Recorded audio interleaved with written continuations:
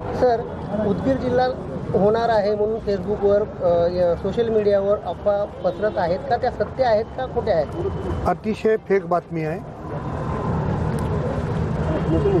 भागाभागामध्ये तालुक्यामध्ये समाजामध्ये तेढ निर्माण करणारं हे कृत्य याने कोणी केले ते शोधावं लागेल.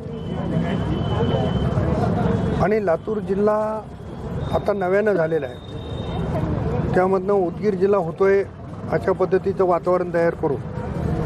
कंधार भाग जोडला जाईल, लोहा भाग जोडला जाईल. मुख्य उदगीर जिल्हा करण्याला आमचा हरकत नाही, एका शहरापुरता जिल्हा केला तर आमचं ऑब्जेक्शन नाही. पण नांदेड जिल्ह्यातलं एकही गाव इतर जिल्ह्यामध्ये जाणार नाही. शासनाला वाटलं तर नांदेड जिल्ह्यामध्येच जिल्हा निर्माण करावा आणि लोकांच्या संमतीने तो निर्णय घ्यावा.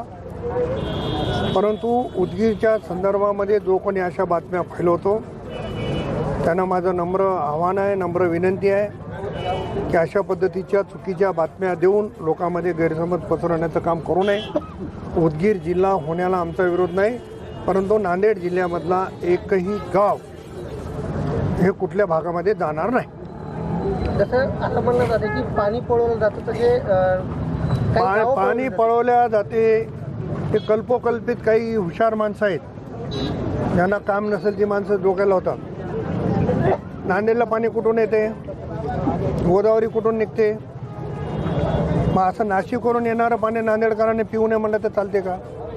पिण्याच्या पाण्याचा प्रश्न वेगळा आणि बाकी प्रश्न वेगळे. पिण्याच्या प्रश्नाची आणि त्याची सांगड लावू नका. कुठलंही उदगीरला किंवा इतर ठिकाणी पाणी कोणी पळवलेलं नाही. एकदा एका धरणातून उदगीरसाठी रिझर्वेशन ठेवलेलं असताना दुसऱ्या धरणावरून रिझर्वेशन ठेवायची त्याला आवश्यकता नाही. दोन्ही धरणं ही कंधार आणि लोहा तालुक्यातलीच आहेत, अप्पर मण्यार आणि लोअर मण्यार.